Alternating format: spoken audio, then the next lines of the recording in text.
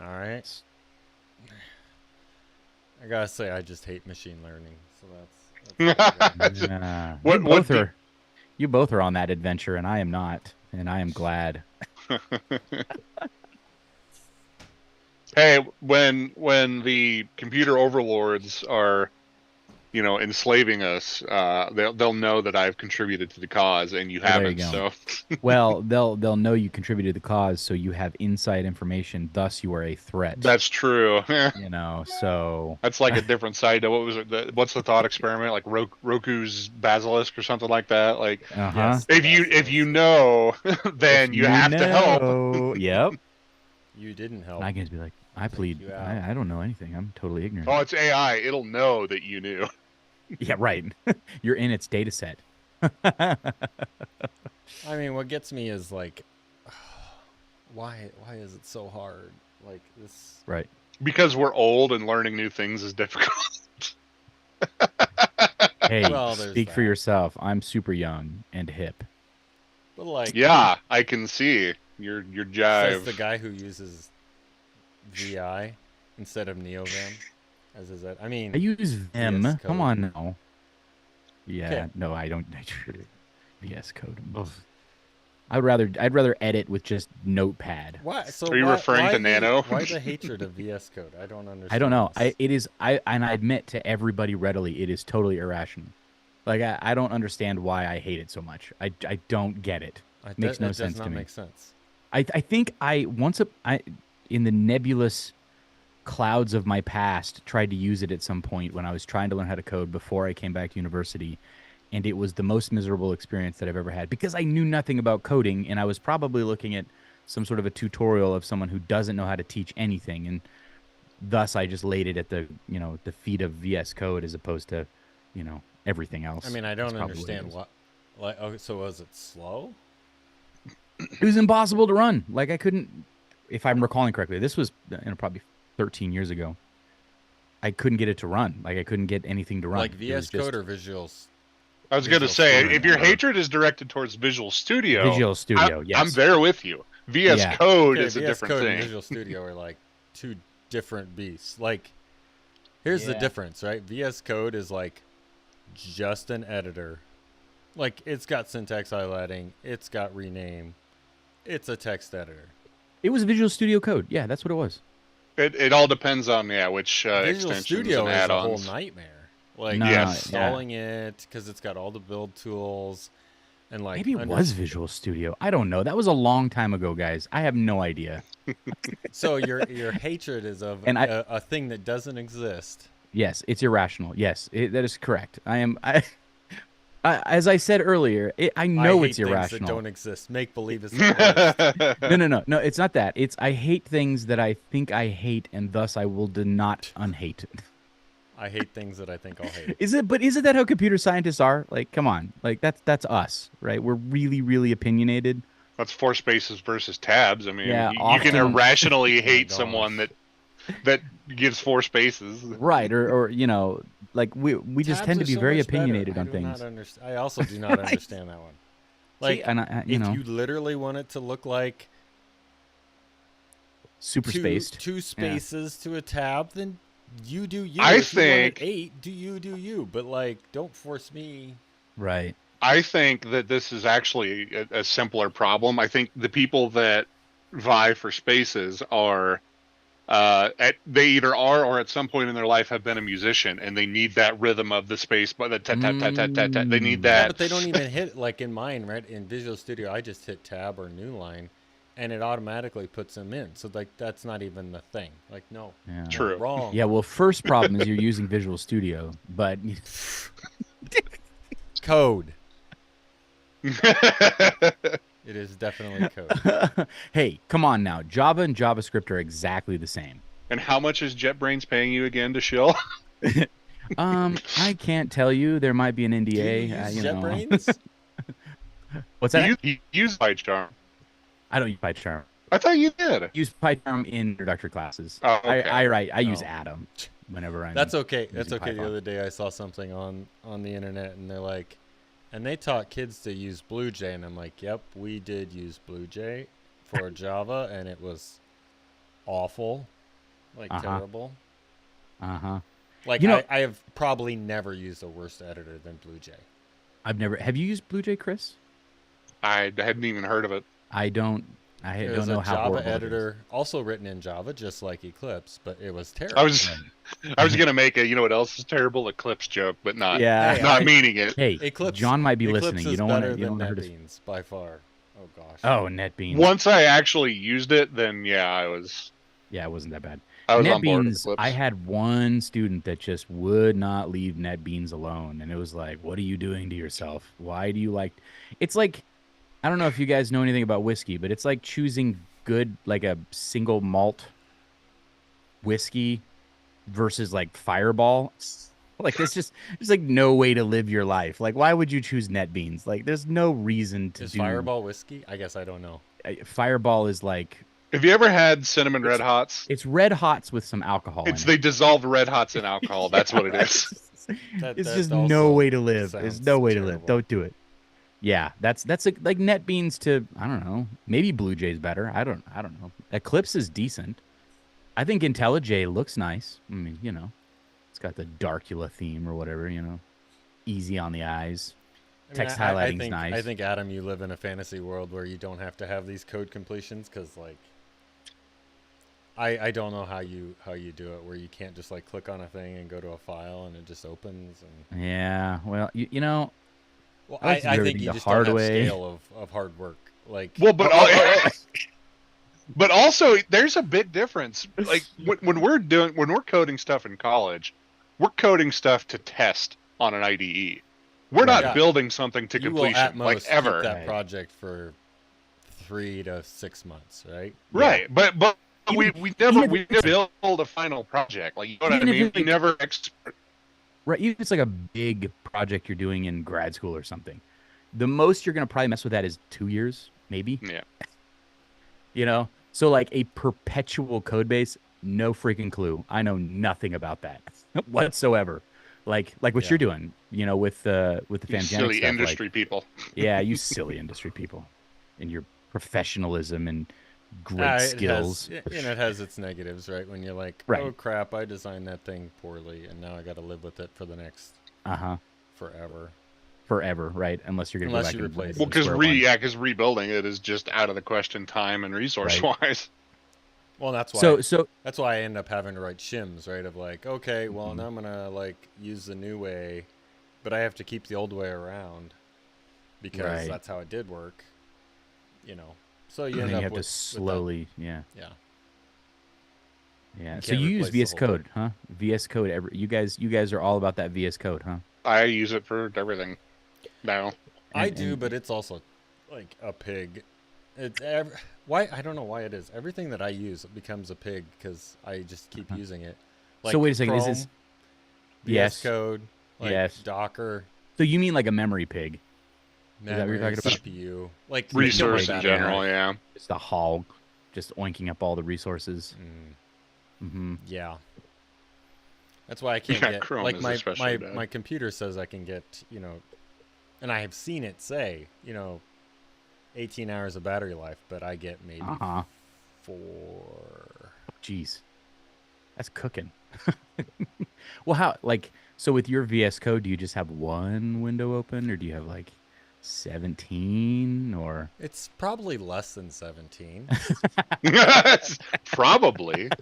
I mean, it might be. It probably. Well, see, is, here's yeah. the thing. Like, so when I, so I'm doing assembly online, right? And Mhm. I will open up, like, you guys probably use my assembly template, right? Like, we did that Yes, in class. back in 301. Mm-hmm. hmm So, like, every time I just open a new window, so that's a new VS Code window that has, like, that project. So I just say code, and I open that up, and that's what it has. And so I'll have 5 or 6 of those because I'm like, oh, I'm editing this one, and then I'm doing this other one, and I don't, you know, just Mhm. don't close them. That's part. There's of a my lot of problem. There's a lot of customizations that you can set stuff up and templates and stuff like that that would make things easier and simpler, but I tend to just complain about the problem and struggle through the default way. So how did you get onto VS Code, Chris? I I think I wasn't using Eclipse at the time, and I would say I probably started it maybe when I started grad school. Okay. Okay. Um, Was because it one like of the instructors that got you well, you on it, start or? losing your school codes for Right. JetBrains and stuff like that. I need to find something that's Hmm. free and open, and so Well, that's kind of where I went. I mean, I still write all my C in Vim. Someone's to blame with all of that because back in the Um, day, I got onto a Unix server to be able to write into my x86 And now assembly you code. can use VS Code to SSH Yeah. into your. Yeah. Well, right. I just do what I was taught, right? There are C plugins for VS Code too, so I mean that is a Yeah. thing. Would you There's integrate all GCC into kinds. it? Yeah. Well, Yes. but it's got your editor and it's got a terminal and it's got your directory structure. Like, So it's just like That's all you IntelliJ. need. Yes. Except IntelliJ is geared towards IntelliJ, one except- language. Yeah. Oh, I understand. except that, yeah. everybody. Well, IntelliJ has other ones, I think. They do. Yeah. Other ones. But like, it's IntelliJ, but then it's the thing that the internet loves, right? Because it's free. There's So- that, but there's also like there's some like hardcore Git plugins that you can get that do like some serious version control and extra options and see every little bit that's changed and commit messages and there's not that you need all that extra, but there is a lot of extra things that you can get with the extensions with Well, VS Customizability. Code. that's the power of it, right? It's like got So- people supporting it through plugins and Hmm. So the question is it better to be a little bit good at a lot of things or be very good at one thing? I mean that depends. If you're a teacher, you're going to be shallower and wider versus Right. industry. You're going to focus more. So like just look between the IDEs. Like so IntelliJ is focused on Java, right? Specifically. And VS Code, Eclipse. And Eclipse you can do like other languages as well, right? yeah, you can. Yeah. You have a C one and a. C. But you yeah. have to have a different version of the program to do that, correct?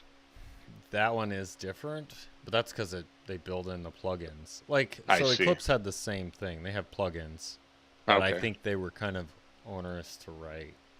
Gotcha. Okay. I think it also is sort of suffering from the fact that Java is going like this since Oracle Right. bought it. Yeah. Um, Well, and Oracle kind of closing everything down, making it no fun anymore. no, they also bought MySQL, and now I don't use that anymore. Notice how that's going down too. I was gonna say, MongoDB is what I've been Mm-hmm. working with lately. yeah, Yeah. well, like any of the NoSQL stuff. What do you, You- Matt? What kind do you use? Well, we use Postgres, but Postgres, yeah, that's supported by AWS right. and RDS, so that's what we Do you use. So deal is- directly with your Postgres? So is or do you, like- MongoDB. I mean, Well, we're going through Django, so like, I was gonna say you're using Django, yeah. So it's dealing Yeah. with all your so like. so, yeah, so we're using Django that does the sort of ORM Mm-hmm, management for us, mm-hmm. as opposed to somebody writing their own in Java back in the day. But Right. so that's the nice thing. Like, Mhm. I do have to do I do SQL commands a lot, but like, I don't have Django to do takes it care for of most code. of it. Yeah. Yeah. That's what's nice about Django, and this is something that, like, learning SQL's good, and learning how to do it manually is good, just so you have the perspective. But most of the time, you're going to be using some sort of a framework that's going to do all that management for you. Like, is in Django, you can write out your models, and it just does it. Like, it just takes care of it for you. Yeah, it So- does it till it breaks. I mean, that's Yeah, until it breaks, asking, like, right. do you need to like when you're in industry, right? You have to solve the problem. You can't just like throw up your hands and be like, right. oh, Walk nobody away, solved right. it, so I'm okay. Can't throw up your hands and take a hit on the grade, right? You just Yeah. you have to solve it. Yeah. Yeah. What's the biggest database problem you like related to the Django framework that you've had to deal with? Well, so I think everybody like we as computer scientists do a lot of abstraction, right? Mhm. And when you have people who do abstraction but don't understand the consequences of that abstraction, like why is it so like so when I started, like we have this like there are these risk criteria that we do. So like Mm-hmm. the cancer centers or whatever produce these criteria that say, okay, if you got 2 aunts that have breast cancer, then you're likely to have it or whatever, right? You should go in and have more diagnostics done.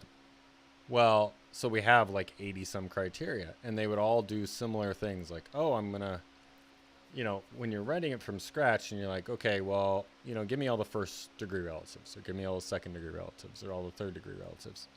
Like I went and it was like slow. And we're like, well, why is it slow? Well, I bet you can guess why it's slow. Because you're hitting the search every time. When right? you look up 1st or 2nd or whatever degree relatives on a person, and that database query takes and does a whole bunch of queries, right? So you've lost the understanding that like that is going to be, milliseconds, but way slower than caching it or some way where you're not hitting the database, right? Mm-hmm. And so I think a lot of those things can get lost, and like you just don't understand the performance impact of doing something when you're testing it and building it, and then somebody does it with a family that has 100 people in it, and all of a sudden it's like it took 4 minutes. It's like, oh.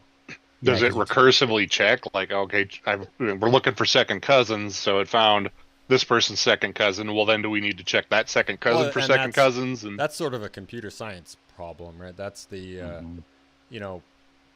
when you're doing a depth first search or whatever, right? Like you got to cache them, right? As you're going along, right? And like your first, I don't remember if it was in every intro class, but like Fibonacci, how do we do this?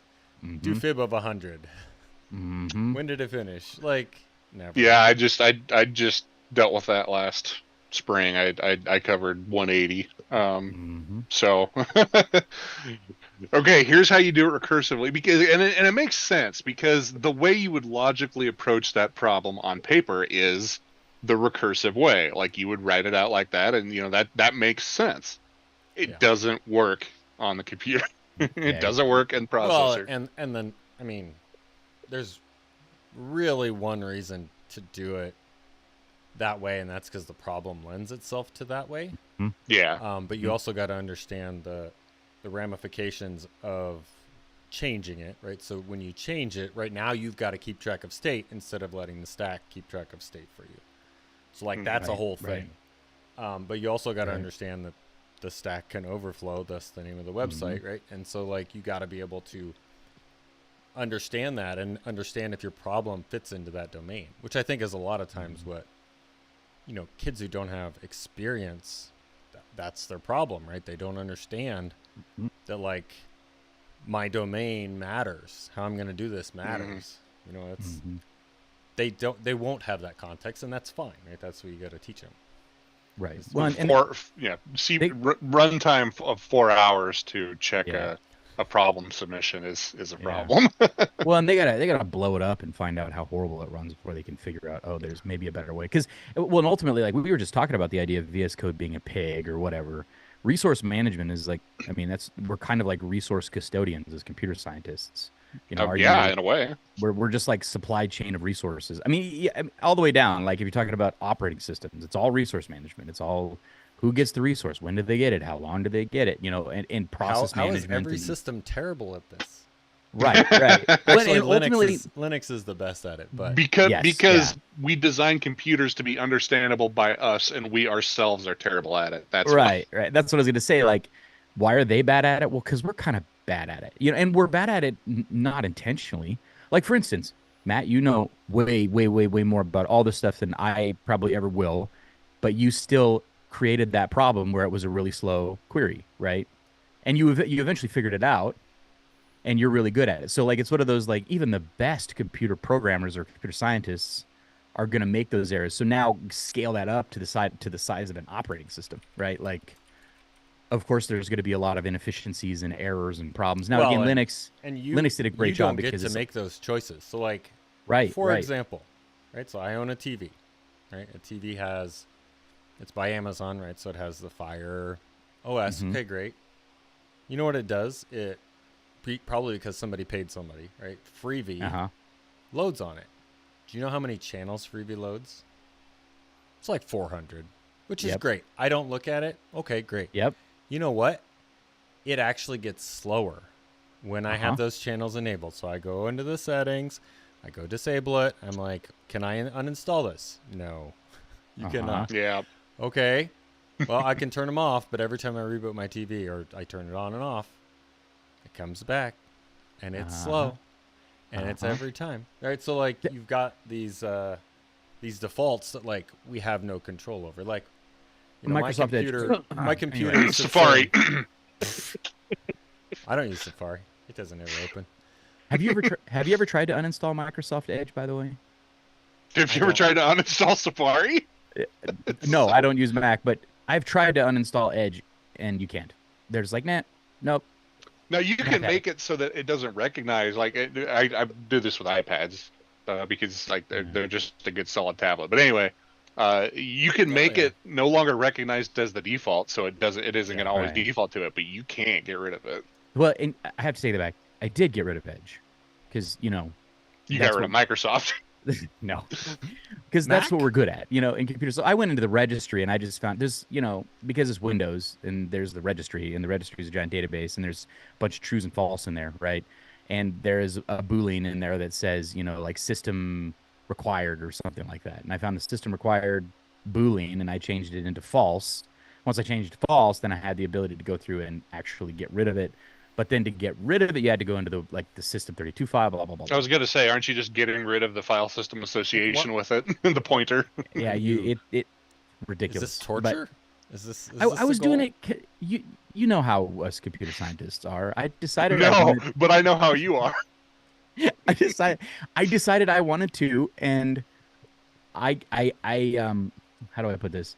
When someone tells me I can't do something, I get all like, donkeyish about it, and so then when Windows told that's me, just them saying the wrong thing. They should say you probably shouldn't try. There you go. right, which It's just not worth your time. I still would have ignored it. And so then, when they said, no, you can't uninstall this, I'm like, yes, I can. Because then it's a challenge, because that's another thing that we computer scientists really love. Once I did uninstall it, everything's fine. The system works great. It's wonderful. But, yeah, that's the only reason why I did it. There was, it was completely pointless. But hey, at least now I know, I should write a little tutorial, put it on the internet. That way other people can do it if they want. But yeah, it's one of those, like you were saying, like with your TV, with the Freeview, like, I don't want this. I want it off of my device that I paid money for, and you won't let me. Like, it's so frustrating. Because you don't own the device, you're just borrowing it, Right. renting it. Mac. Oh, hey, Mac is worth my time. This is these conversations are the most nerdy conversations I've ever. Yeah. But Hey, see, at least Adam, Mac if you're uses a gonna good be a kernel. real Linux gearhead, I mean, you either got to do NeoVim or Emacs, and it sounds like Right. you're down the Vim path. So Yeah, Emacs. So that's what my PhD advisor uses. He's always doing the Emacs thing, and he is really, really, really good at it. And it confuses me because he'll do a screen share and he's rolling through Emacs, and I'm like, I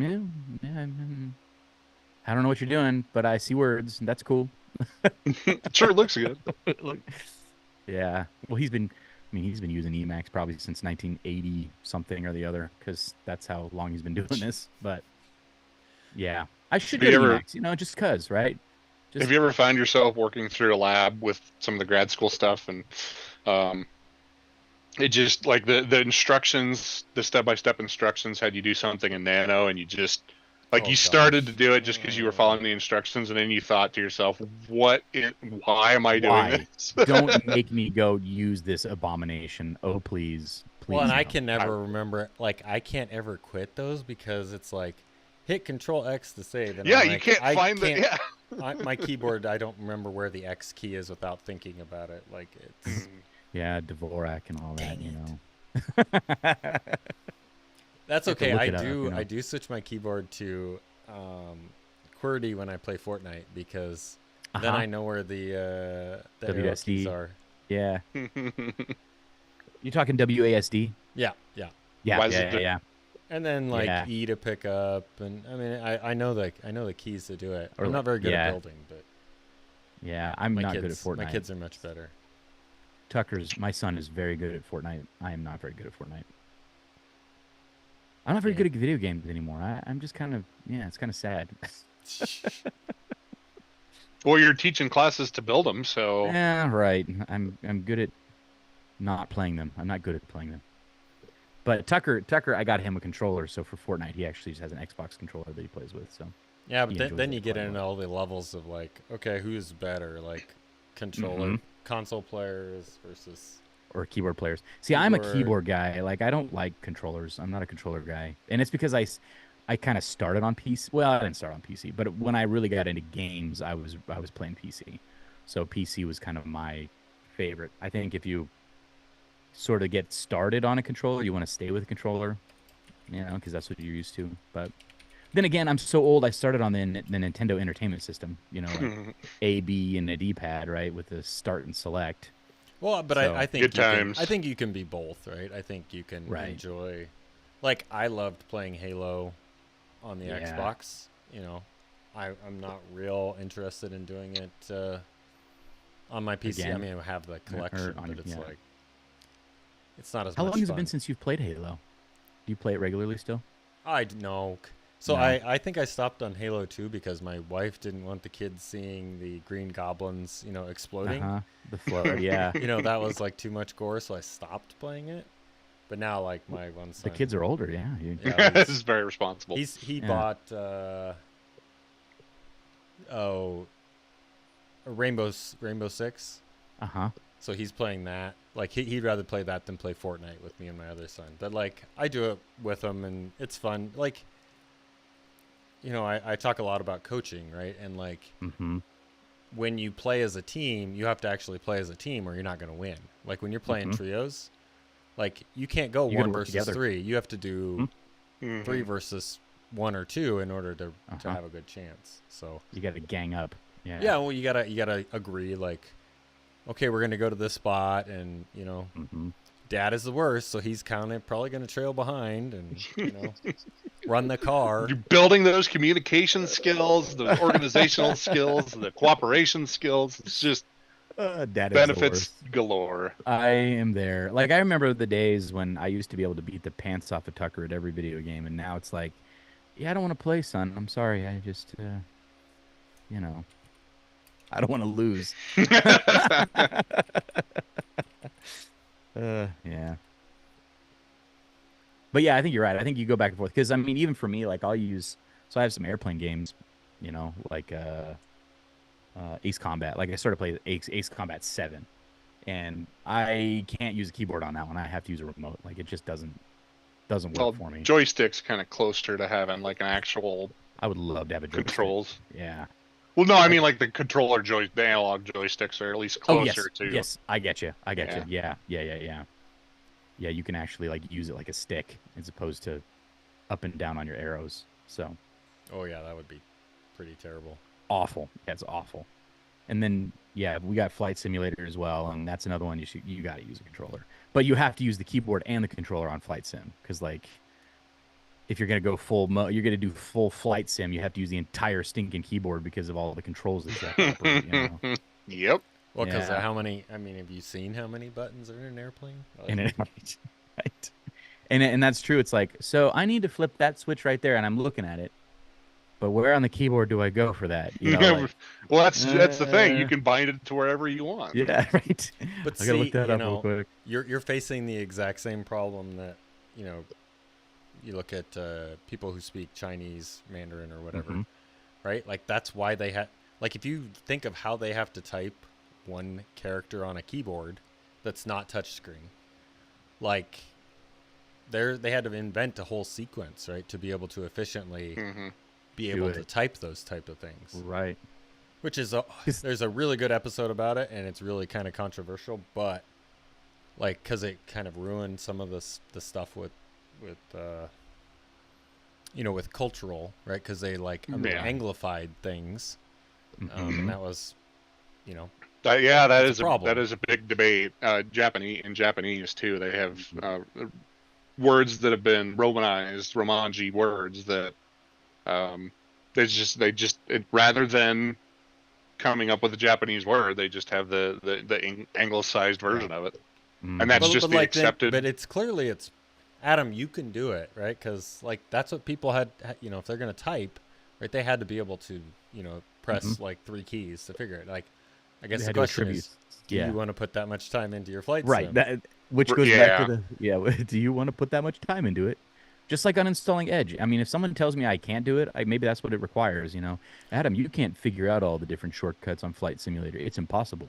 I won't allow you to. Oh, yeah, well, hold my beer. That should be my challenge to you. Like, Adam, I do believe that you can. Next week I come back, I got like black rings around my eyes. You know what? I totally believe that, Adam, you would not be able to write this machine learning course for me. I bet you can't do it. Resisting peer pressure.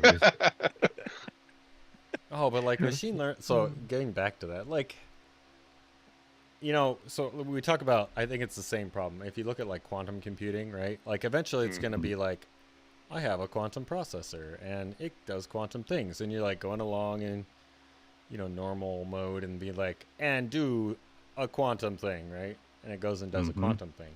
It'll be just another resource management in your operating system. Yeah. Yeah. My quantum sparkifier or whatever you call it. Right. My quantum cores, that's what we call them. Yeah. Your four-dimensional memory doesn't support. Are we using high bandwidth memory? Are we using regular memory? Are we using regular processing? Are we using quantum processing? Like, okay, let's figure. And then you're gonna have to have a compiler that like optimizes that somehow. But whatever. Well, but then you always got to remember that at least for now, you know, quantum computing really only serves a handful of problems. Like it's not general purpose, and it's not going to be for quite a while. Like cracking all prime factorization. Anyway, or just integer factorization. I think the problem with AI is, like a lot of things, it's right now moving super fast. Like for example, I also hate dealing with front end JavaScript frameworks. Oh gosh, like, yeah. Okay, you know, the advice from 10 years ago, 7 years ago, 5 years ago, 2 years ago is all different. And it's like, well, how, as putting my CTO hat, like, how do I pick? Which, right? Like, right. I hook the wires up and then let someone else make it look pretty. That's what I like. Well, that's the easy way out. Some of us have, I know that's not. I know that's not always the option. Some of us in industry think they know everything. I do not know everything. That's the problem. Adam, that's the issue. I promise you, that's why. Yeah. Well, I mean, it actually boils down to the fact that front ends is terrible because JavaScript is actually terrible. Like, right. The complete lack of actual types. And have you guys ever watched the videos where it's like, you know, is this legit JavaScript or not? And like professionals are like, I might know this. Maybe not. Right. Like, well, and that's why people are going to what, TrueType? Like they're actually doing like types, not TrueType. That's font. Yeah, TypeScript. But TypeScript doesn't actually enforce the types. It's it just adds as somebody said, it's a linter, right? It like tells you, hey, there's probably an error here. Like it doesn't actually stop runtime. It's just an analysis tool, right? It's like, oh, come on. Like what we probably need is somebody to develop I think sort of you're gonna have to do two things at once, right? You're gonna have to write a converter to go from JavaScript to some intermediate language, and then write another front end that also goes to that, and then switch to the new one. Because I think otherwise it's never gonna happen. Right, because everything's based on JavaScript. And then it's got to be like Java, right? You go to a common, and then it's fine, right? Like you can switch over, and maybe like IPv6 it will come in or never come. Right. IPv6 is like both there, like it is. Right. It's quantum, right? It's here. It's here, but not quite here. Here and not at the same time. IPv6 is like everybody learns it, but they kind of like. Okay. So here's a machine learning philosophical question for you gentlemen. So generally accepted at this point that if you're gonna if you're teaching machine learning or if you're getting into machine learning, you use Python. We know that Python is a inefficient and slow interpreted language. So Well, it's not. the reason we use Python is it's slow, but it's not. Well, but Well, I mean, it's a lot slower than Java. It's a lot slower than C. A lot slower than C. It can also be as fast. But I think a lot of those machine learning packages also work on like NumPy. Yeah. And NumPy's optimized pretty well. Like, but I guess that the philosophical question comes in. You know, why we generally accepted this? Well, because the libraries were written for it. Well, why were the libraries written because it was easy to write in. Yeah. But there are a lot of places where they use Python because, so a lot of times, right? At the end of the day, like, which is more expensive? Like, your hourly rate or the computer's hourly rate? Right. That's a very good question. Like, right. A lot of times it's my hourly rate, right? Like, if I'm hiring people, like, $50,000 for a server, great. Okay.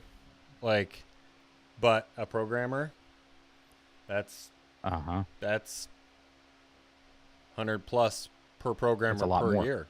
Right. Mm-hmm. Right.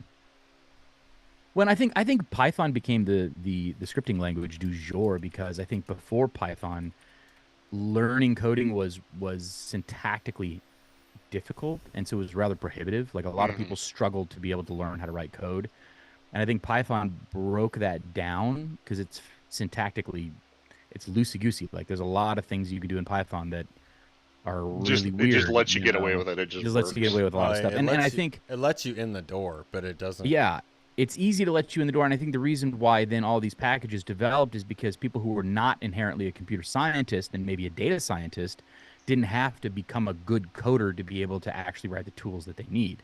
Right. So and it's better if I have MATLAB, right? Like, right. If I have one path that's going to require me 1 year to get this tool written, and I have one path that's going to require me 2 months to get this tool written, and the path over here that's Python and the path over here that's Java, which one am I going to take in a practical sense? Of course I'm going to take Python, right? Because I want to be able to get this done. It's a lot easier. It's way less prohibitive. Obviously, if it's faster, it's less cost prohibitive.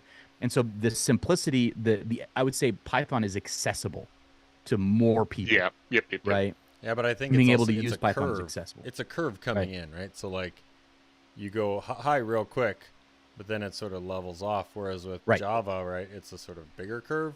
But like, I program in Python and I don't like it because it doesn't have types. Like I completely do not understand how people don't run stuff in debuggers because it's so much easier to see, especially in Python. It's like, right, because Python, anything, it's like JavaScript. Right. Like, what the heck what shape is this thing? Mm-hmm. What, what's crazy, like in Python, arrays are all ragged. Like, who the heck knows what you got? Like, it's a list of stuff. It's a list of lists of lists of lists. Like if I have a 4-dimensional array, I mean, it's just like a list. Oh, and okay, I have more lists, and there's lists, and each one of these lists has a different length, and each one of these lists has a different length. And if I go all the way down, maybe I'll eventually get to a data type. And once I get to some data types, the data types may be integers, it may be characters, it may be, who knows what it is. All I know is every single one of those is probably 64 that's why, bits. Just like in every other language, right, you've got to understand your domain in order to use it properly. And I think, well, I was going to say, you can jump into Python without understanding. You don't have to worry about that. Yeah.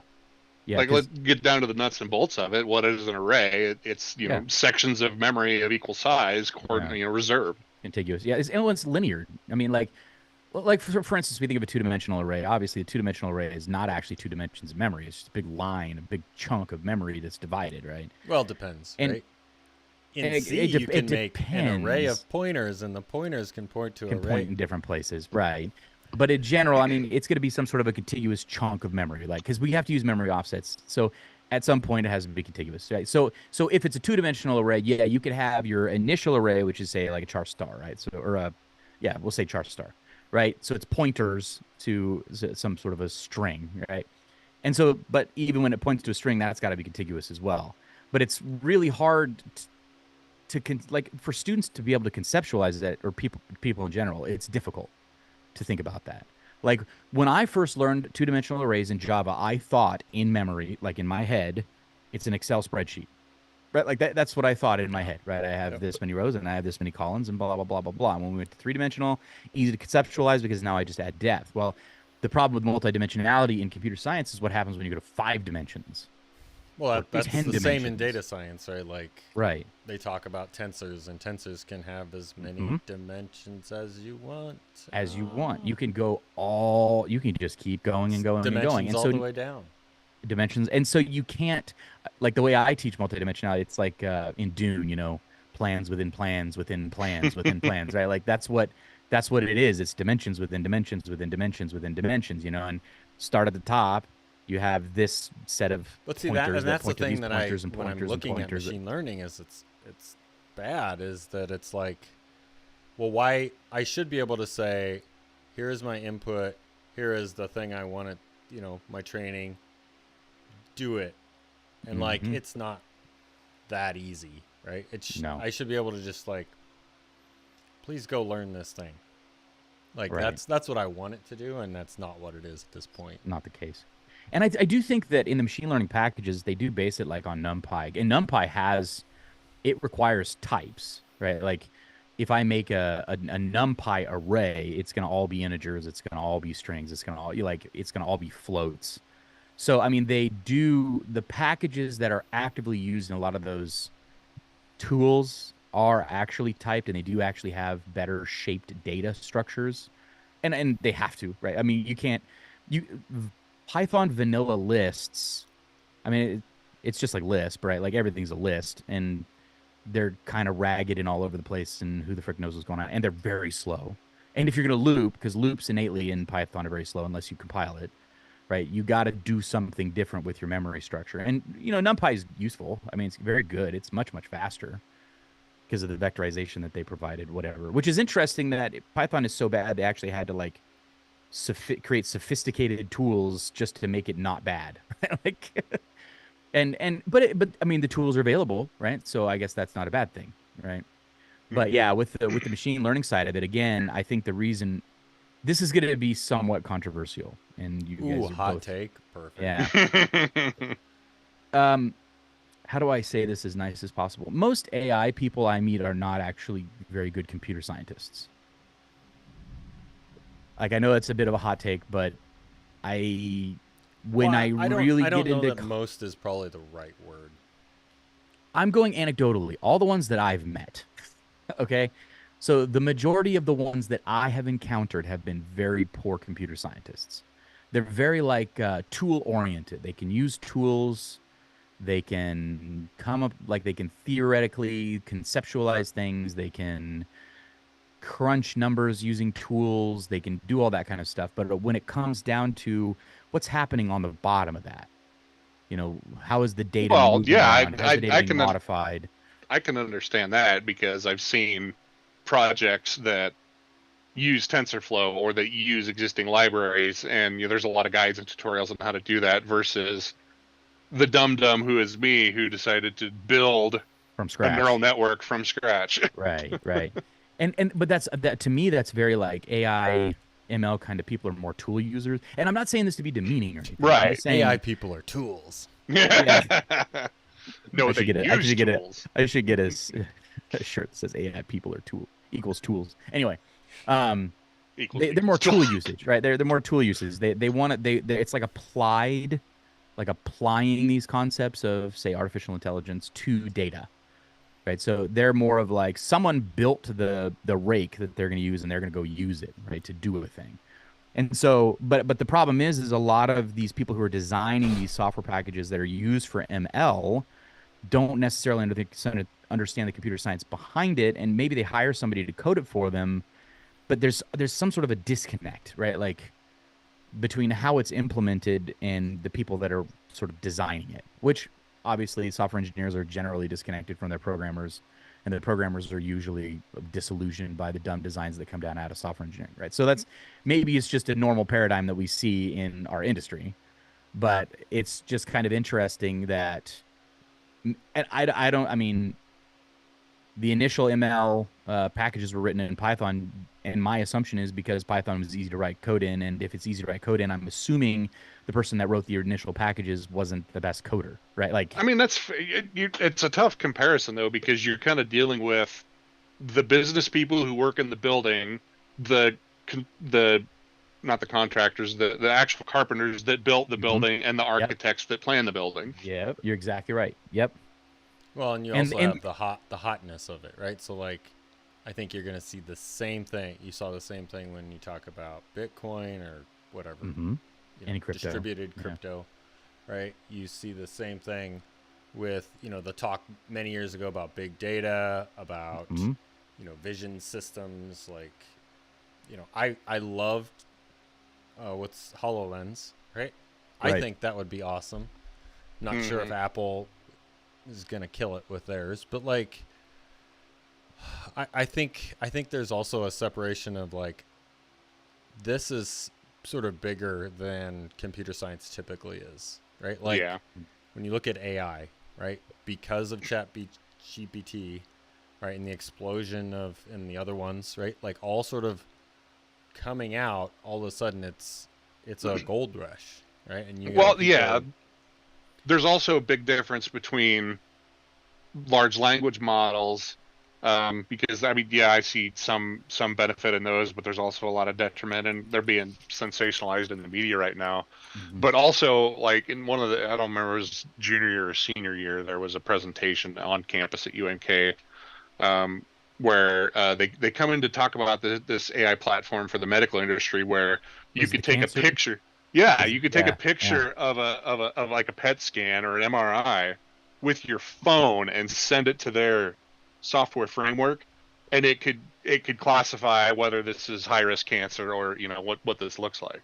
So a doctor who, yes, you would want to have a radiologist have a second look at it, but it can help narrow down by saying this is 96% chance of being a cancerous growth, and some of the classification AI stuff is phenomenal in the medical industry. And then the large language model general use stuff is kind of poisoning some people's brains. So, well, I think going back to what you were saying, Matt, about the whole AI is bigger than computer science, I think you're 100% right in the same way of, let's say some innovation is discovered in, say, the petroleum, let's say fracking, right? I know it's a bit of a hot button issue, but let's say there's this tiny group of engineers that are petroleum engineers that figure out that, hey, if we put tons and tons and tons and tons and tons of pressure down into this shale, oil comes out, right? So they came up with the technique, and then after them, it just blew up, and tons of companies now invest millions and billions of dollars in applying that technique. And those engineers, this little tiny group of engineers, is really, really, really small compared to this huge group of practitioners, right? And I think that's kind of how AI relates to computer science. Like a lot of the fundamental elements and ideas and theories and applications that allow AI to work, like through machine learning and whatever, came out of a computer science background, but now they've emerged sort of as a practitioner-based discipline, right? Where it's more data crunching and data science in the use of, AI tools. But the reason why I think it's a bit problematic is because you look at a lot of these tools, and the question is, because it's fast, it's hot, and it's move fast, break things, right? Move fast, and if I don't move fast enough, then someone else is going to get the advantage over me. Is it a situation where a lot of these tools were built with massive amounts of flaws in them just because they wanted to get the edge, and maybe because they weren't as up on the computer science, the ramifications of misuse of resources, right? Like, and I don't know the answer to that question. I have no idea. I mean, the fact that we're using Python in a very, very, very data crunching, computationally intensive but the data crunching environment actually goes on a GPU, right? Like, right. So Python isn't really doing the heavy. It's not lifting. bottlenecking it. Yeah. Right. Yeah. Well, anything serious, they're gonna specialize the hardware. And yes, Python's telling it how to, what to do, but the actual grunt work. Adam, I'm trying to tell if you just are sour grapes because you aren't in it, or like if you think it's not, like, because we have lots of things that are not computer sciencey anymore, right? Like right. Like blogs or web design. I guarantee you there's some old school programmers and computer scientists who would say you're wacky for using an IDE and not a text editor. right. Well, yeah. You're using a crutch. Why are you using a crutch? Yeah. Right. Well, and I'm not really. I had that debate in college a long time ago about a crutch versus a tool. And Right. I think it depends on. So I think it is a valid argument though, because it's like, is it a crutch, right, that people are doing this, or is it a tool? I think it's both. I think there are people who are going the fast route, and it is a crutch, and they don't understand how it works. Mm-hmm. And honestly, right, even somebody who's smart doesn't understand how a neural network works, right? We can't just go and explain it. Like, you can explain it in theory, but like, it's a black box. It's a black box. Like, yes, you can explain how we think it works or how logically it's supposed to work in a way, but yeah, you're never going to how it works, but you don't know the specifics of how this model works or that model works. So for me, it's not really sour grapes. To me, it is, and it's not even that I don't respect artificial intelligence, because it does provide really cool things and it does neato things. The way I feel about AI is the way I feel about social media, right? Like, initially, social media is touted as this great revolution that's going to connect our society. Hot take.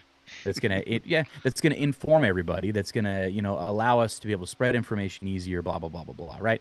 Now, say 10 years into Web 2, is that really what's happening with social media, right? Like, it's spreading information, but yeah, right. Depends on your classification of what's information. and social media was super hot, and it grew really, really, really, really, really fast. And now we're kind of stagnant on it, right? Like, Facebook's really long in the tooth for like a platform, but Facebook is still one of the dominant players in social media. Yeah. Twitter, Instagram, all of them are YouTube are pretty old when it comes to sort of like a social media platform. Nothing new is really taking its place. It's pretty well stagnated, right? And I think society has come to sort of understand that it's highly addictive and it can cause a lot of problems, and it has caused a lot of problems. Yeah. But it was like the coolest, the neatest thing, and people were making billions and billions of dollars in it, right off the bat. So to me, AI is, in my mind, a lot like social media, right? I think people feel currently that it is like the silver bullet that's going to solve all the problems, right? And this is the popular conception. And I'm not as excited about it because I feel the same way with social media. Like, yes, and I think you were even hinting at it earlier, where it grows really fast, sort of like Python. It's like logarithmic, right? It grows really fast, but then it like tapers off.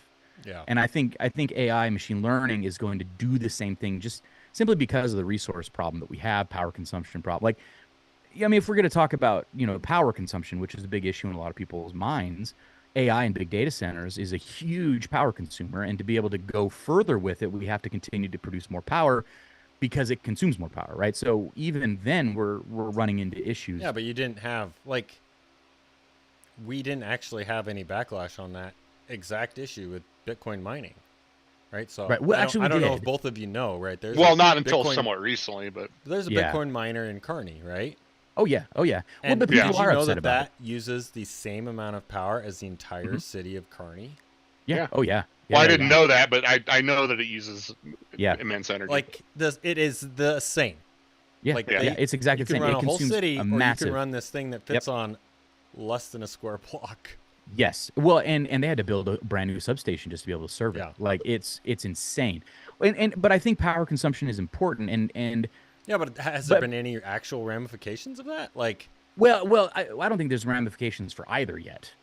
I think that people are becoming concerned, right, about how much, because like right now in our society, we're talking about two things. Like, hey, we're producing lots of energy, a lot of greenhouse gas, right? We got to cut energy. But then everyone's like clamoring for artificial intelligence and cryptocurrencies, right? Mm-hmm.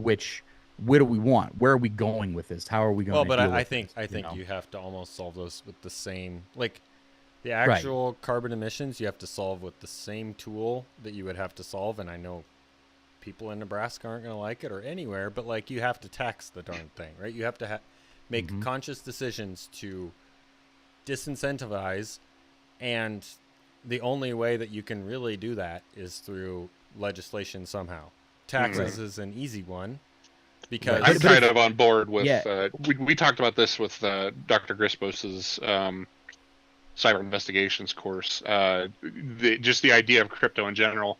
Like, yes, there's benefits to this, decentralized trade, but at the same time, it is a gateway to a lot of very many illegal transactions and bad money. Talking about the taxes thing, you're right. Like, straight up, like, you have to disincentivize the overt power consumption kind of idea, right? But the problem is those taxes are never going to happen, because the moment that you propose taxing power consumption, immediately Google enters the chat, right? Mm-hmm. Immediately, any large, Apple that's now going to be Any using data center. AI, anything that uses any data center is going to immediately go, whoa, whoa, whoa, whoa, whoa, whoa. I'm going to give you money to make sure that this doesn't pass, right? So Mm-hmm. the issue that we have is, Well, yeah, okay. I mean that's also a separate issue, right? Like I was gonna say. that boils down to like legislative reform. I mean, my favorite one that I Right. think would be a really awesome book is to make it so that politicians, once they're elected, when they're done, they get executed. Like you would stop all of the people who were not in it for the public good, 100%. yep. Oh yeah. I mean, no. yeah. But so Yeah. that's a book because you do it at the end. You do the plot twist of why this guy oh, he's got all this money, he gets out And now he's elected dead. out, and now he's and now he Now has he's to dead. face the Yep. axe or whatever it is. Like Yeah, and that's the thing. Like, so for with AI, to me, the only reason why I carry this tune with AI is because I think I'm just a raging skeptic. I think in technology, in our industry, we have a tendency to be big dreamers and to really see things in a very rosy, positive light. Like, this is going to change the world. This is amazing. This is a brand new IoT tech. is It's awesome. really cool. yeah. Yeah, IoT is the best, right? I think there's a term for that, Adam. I believe it's called a Debbie Downer or a negative Nancy. I don't care what you call it, but to me, I agree with you. I just had to throw the To joke out to me, there. I just have a healthy skepticism of the more pragmatic like outcomes of these technologies, right? And I think AI is cool. I'm the first to admit it. I think AI art can be neat. It can look cool. It can also look hideous. But human art can be neat, and it can also look hideous. Yeah. But like it does come down to sort of this crutch thing. But I think the problem that we're getting is people are aggrandizing AI to such a degree that it's just like they did with social media, that it's going to become very negative at Well, some that people don't understand that, like, again, yes, AI can be really powerful, but it's only as powerful as its data. And well, where's it's it only getting as powerful as its data. you And know? it's only as powerful as the levers that you give it over things to actuate. Like, Right. And you the know, people the people that control those. it's levers. going to launch our Yeah. nukes. Well, not if we don't put it in control of the nukes. Right. I mean, like, I have a great idea, guys. Let's put our nuclear systems on the internet. Seems like a good yeah, idea, right? right. Which Of they did. course, then Yeah. there's also debates that, and this is always an interesting one where, it's only as powerful as the levers of control that you give it. But then some think like, well, yes, but if it gets smart enough that it starts, manipulating people into developing it into Yeah, but more that's- capacity. That's we're not even there because it's not. I know. it's Yeah, not thinking, yeah. which I get Well, no, yeah. super annoyed by. But Yes. like, Yes, I'm with I know. Matt. but I'm see, I think 100% Adam, with I Matt. think. So I guess sour grapes is not the right term. I think you are optimistic as I am about its Mm-hmm. actual applicability, and I think probably if you get sick of the popularity contest that is That is media, AI. right? And I Yes. think that that's probably the thing that might annoy you more is that it's you have people And bandwagoning, right? Yeah, onto jumping on the it. bandwagon, And I think right. that probably annoys you because, there are a lot of people who do stuff with computers who aren't computer scientists that I Right. think have And valuable it doesn't jobs that annoy we me. would never No. want to have.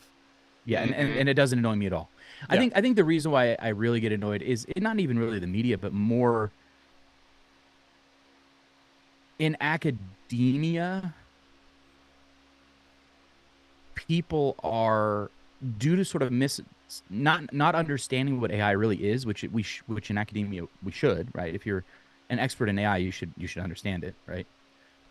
Are wanting AI to solve problems that an AI has no business solving, right? Like determining what is truth, right? Like that is a huge push in sort of my cohort right now. Yeah.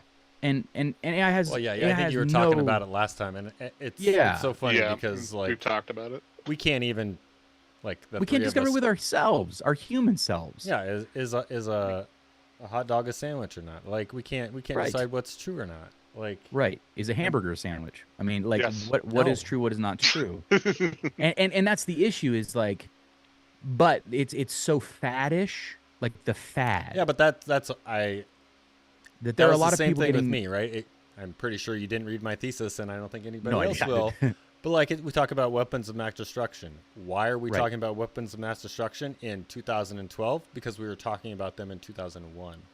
Right, because it was a fad, right? You know, And that's the thing, like what I see in the sort of modern cohort of my peers is just a boatload of people going into AI, and they use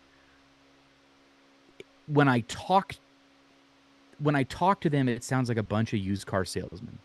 A lot of That's big 'cause they are. terms That's okay. thrown around, making big promises, saying they're going to solve big problems, and have Well, that's no every real PhD thesis, Adam. Mine was the no same real way. demonstrable data to even remotely indicate that they're going to solve these problems, right?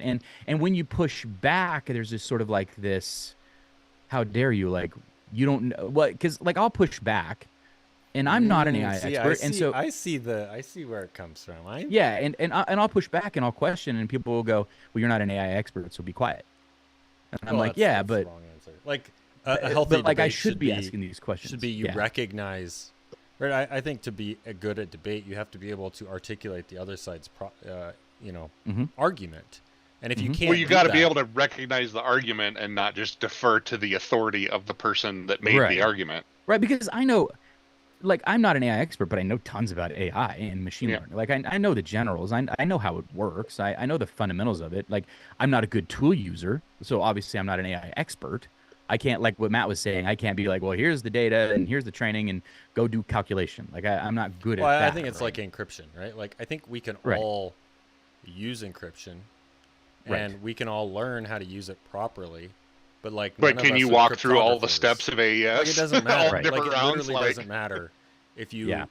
if you understand why this problem is hard to be able to Right. use it in a safe way. Yeah. But why but is I think RSA useful? Why I is think the AES useful? dismissive Right. people, like that's the actual problem, is that they don't understand how to have a debate where you in fact could be wrong. Right. Mhm. You know, Right. Well, and that's where, like, to me, I'm trying to make, and I obviously, to be fair, and I will 100% acknowledge this, I'm making an argument based on a computer science perspective. Like, okay, so you're going to use data to determine what truth is, and I know this is just this is probabilistic distributions. Is all it is. It's just probabilities. Like, it's a game of statistics. So you got to somehow have data that's going to enable you to do these statistics to be able to determine what is true, right? And the fundamental like you were getting at earlier, Matt, like, it's not thinking. It is not thinking. There is no thought. Artificial intelligence is not intelligent. It's, and it is well, a pet peeve. it does solve the Turing test, but the Turing test probably was the wrong one. Right, Mhm. but it's probably the wrong one. And so to me, Yeah.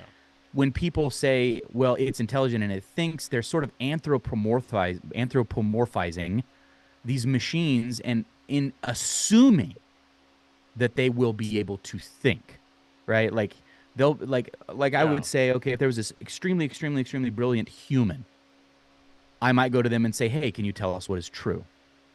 Because they're Well, an I extremely think brilliant you human. could. I think right? you could take them and say, okay, well, since you think that this is is a sentient object, right? Okay, let's suppose it had a robot arm.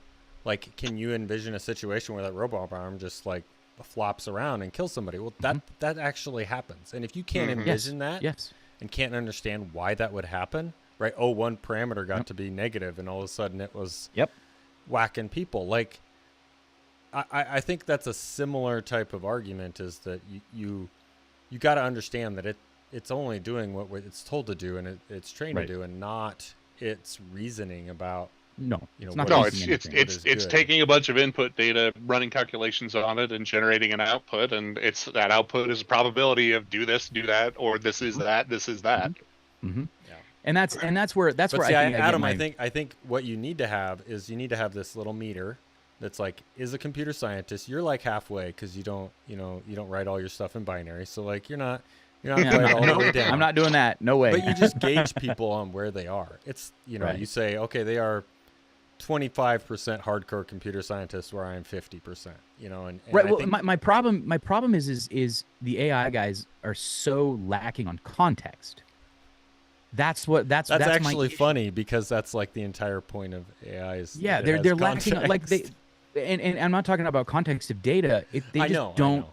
They don't have the context of the fundamental technical mechanisms that allow them to do what they're doing, right? And without really understand, and they don't understand them because they love it so much, and they think it's gonna, it's they're so positive toward it that they become blind to sort of the limitations that it has. They're not applying it with a sober mind. They're like, this is it, this is the next Nobel Peace Prize, Because for a lot of people, it solves some small problem.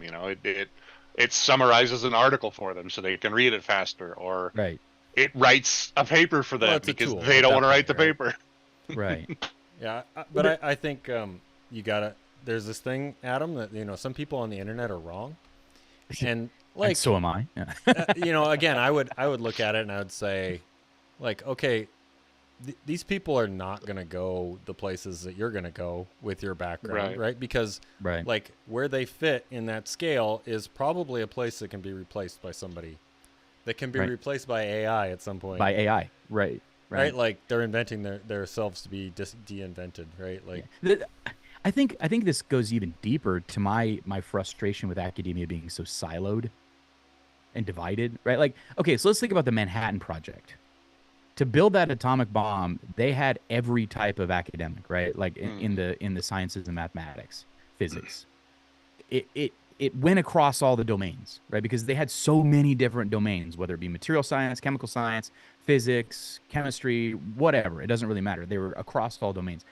Nowadays, I would think it would be very useful for someone who's developing AI to bring in data scientists, computer engineers, blah, blah, blah, to be a part and to understand what it is they're designing, right? But the way that it is now is most AI people write with only AI background. Like, so for instance, if you go into an AI academic publication, they're going to reference all AI. There's really very little contextual information about the data. Everything's compartmentalized. Yeah. They're all lots of echo chambers. And that's where it loses context, and that's where people begin to go way awry on, well, we can actually literally create an AI that can tell us whether this is true or not, right?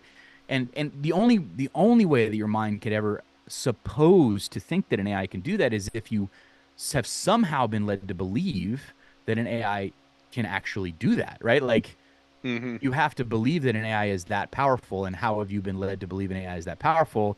Did somebody teach you, or you just listen to, like, what happened, right? Because I remember movies, TV. Yeah, I think Adam, they might be right at some point. Like, if we can build a general purpose, right, AI, right, like, even though they're wrong now, maybe they'll be right. Well, and yeah, I mean, obviously that would be terrible. I mean, great. I could also, I could also make up some random, like, the spaghetti monster in the sky is going to drop meatballs, and maybe eventually I'll be right. Right? Because in the domain of all known things, who knows, right? But, like, I would say that's about as probable, because truth is inevitably subjective, right? In sort of the greater sense of things. And so, but truth is real hard to. Yeah. So think about this just as a small thought experiment. How would you determine if something is true as a person? How would you go about that process? You would base it on your life experience, a collection of data that has been input into your life experience. And am I right whenever I determine something is true? No, not necessarily. Yeah, I mess up all the time, right? So humans can't even do it. Right, yeah. Like humans can't do it. Like we said, humans can't agree that pizza is great. Like, not 100% of humans can't agree. That. I mean, humans can't agree that ice cream is soup, right? Like, and that's the thing. Like, because you're right, Chris. That's the way that an artificial intelligence will do it, and that's true. But when I say an artificial intelligence can't determine the truth, people are like, get mad. But if I say, well, a human can't determine the truth, they're like, well, yeah, of course. What you need to wrong, say is right? A, that humans need to do that, and B, the biases that you're going to put in. You have to make a decision. And they're like, well, we can, we don't have to. I'm like, okay, so is it okay for it to be racist? Because some people believe that's true. Is it okay to be a bigot? Okay, some people believe that's true. Right. Like, that's what it comes down to. Like, you can pick all of these values. It's like, okay, well, how are you going to determine truth if these things are opposed to each other? Yeah, if you're going to fully, actually, accurately determine what is true, you have to have some frame of reference, and that frame of reference must be universal. Yeah, and it cannot be universal because in psychology, each of us mentally develops a framework in our brains, and then we interact with the reality around us through that framework, right? So the truths that we all supposedly encounter are very subjective, right? So the idea that a human cannot determine what is true, a human can't. Like, I can do my due diligence on discovering whether something is true, and I can be straight up fooled. It's easy to fool old Adam. It's not hard, right? And See, it's easy to you fool have to use, most people, right? You need to use this entire argument against the people, right? Like, Right. okay, I believe this is true, that we can't determine truth, and you think that it is. Right. How are you Which going one to of even us is deal right? with that? Like, you can't even solve this meta What is problem. true? Right. What is true between the two of us? I believe I Prove say that can't you're right. determine Well, truth. because I feel I'm right. That Right. doesn't work. It doesn't work that way. Like, because and then it goes into the hunch. Like, I have a hunch, right? Because I mean, oftentimes I'll determine truth based on my gut or a hunch, right? But is that a great way to determine what is true? No, it is not. And that's the Well, issue. but that's is all you like, can do, right? Like, at some Right, point, yeah. right? You can either That's go it. learn That's all you about can it, do. or you can be like, okay, I'm going to go split a piece of wood, and that's Right. terrible. And Right. okay. And that's where, like, that's all a human can do. And that's, I mean, an AI is about the same. So that means an AI can't solve that problem. Probably.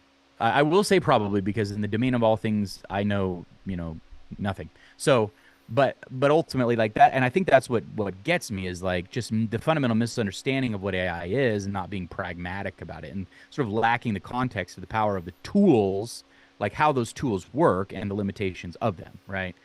And now again, I have to also be honest. These are all PhD students, so we're not the brightest bulbs in the box. I mean, I got to be honest. But I do think that it is a rather popular belief, like that AI could potentially do something like this. Mm-hmm. And that's what drives me nuts is like, I would be totally cool with AI if people were just being rational about it. Just like I'm totally cool with social media has some benefits, right? You can do some things. I mean, you can spread the news about your business and you can have like Facebook Marketplace and whatever, right? Those things are useful and that's cool. But if I just want people to be realistic about it, like there are things that just like quantum, like Matt and I have talked about this. Like everybody's like, well, when quantum computing happens, everything's going to be quantum. And the reality is no, it won't. But, you're going to have some standards, some non. Anyway, I think we're going to wrap it up. So I got to get going as well here pretty quick. So thus is the philosophical. Adam, you got before I end the stream, you got to do the outro. Oh, what did I do last time? This has been Doc Talk, brought to you by Hop OS, a Linux distribution for kings. Be sure to tune in next week at the same time for Doc Talk. There you go. I know this might be hard to believe, but that was not, in fact, Casey Kasem.